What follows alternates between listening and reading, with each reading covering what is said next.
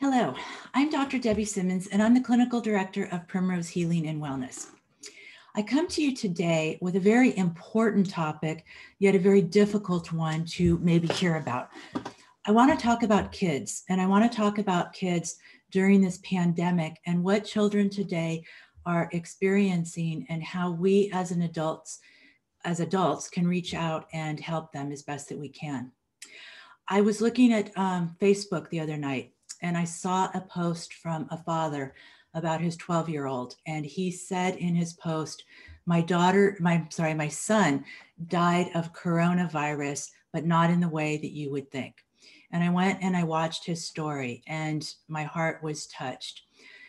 This was a little boy who was in a family of four, his mom and his dad, him and his sister.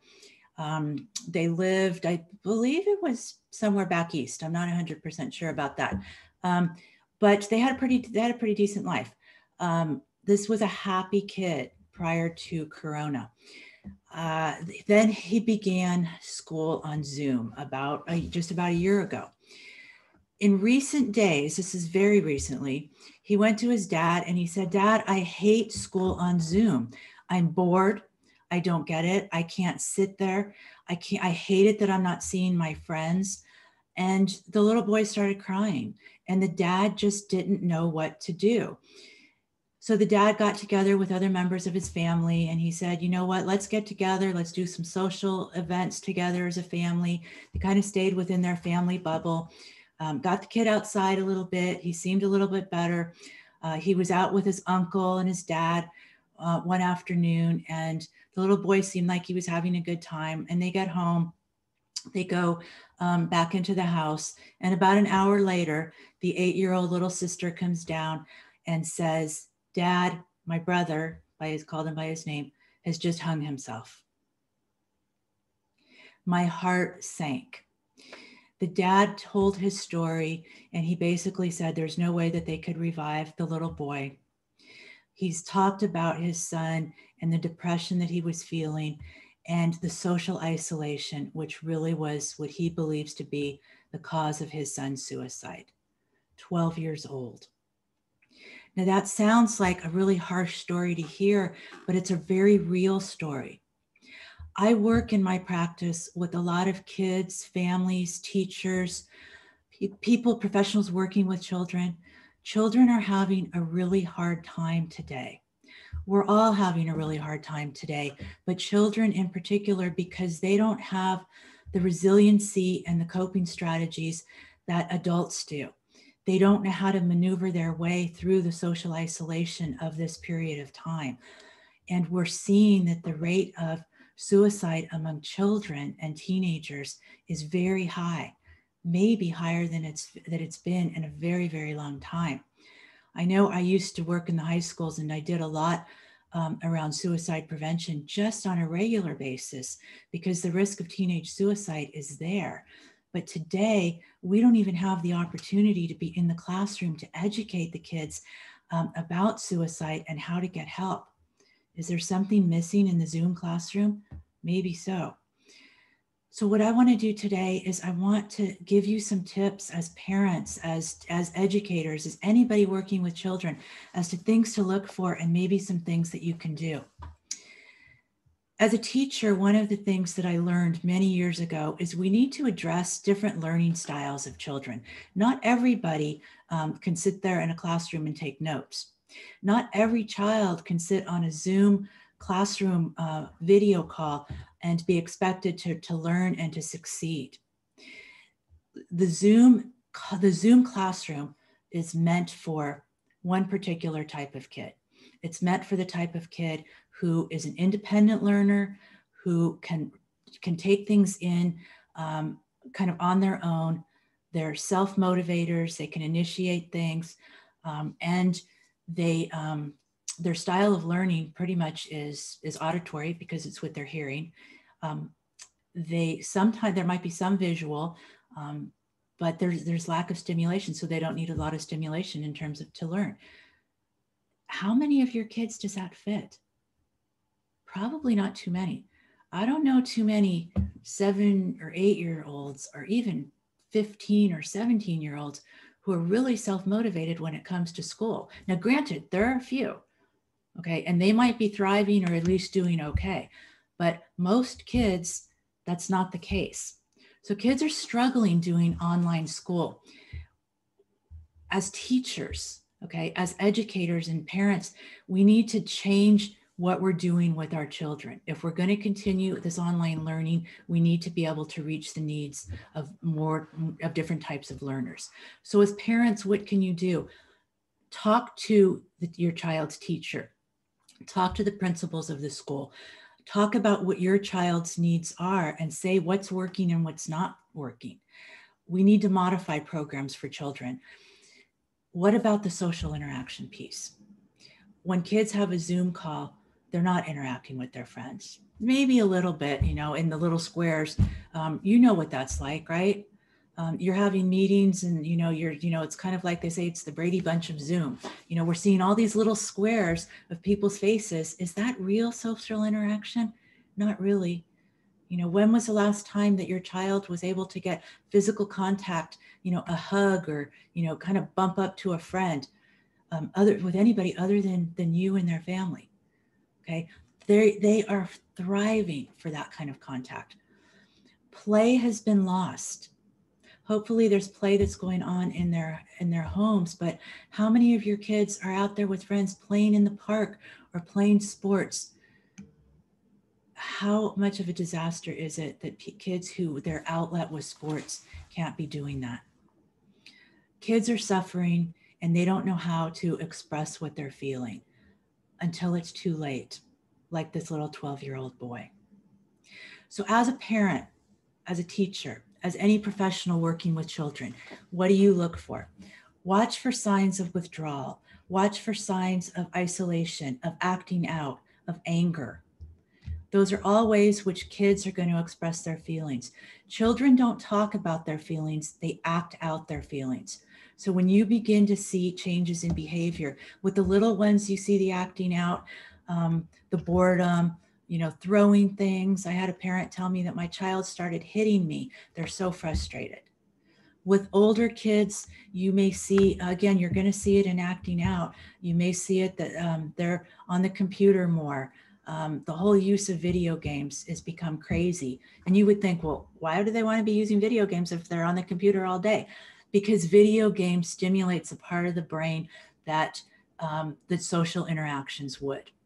Their brains are not being stimulated in school. When they go on like a video game like Minecraft or even some of the more violent games that are out there, that part of their brain is getting stimulated and it's producing endorphins that make them feel good and it's making them feel excited.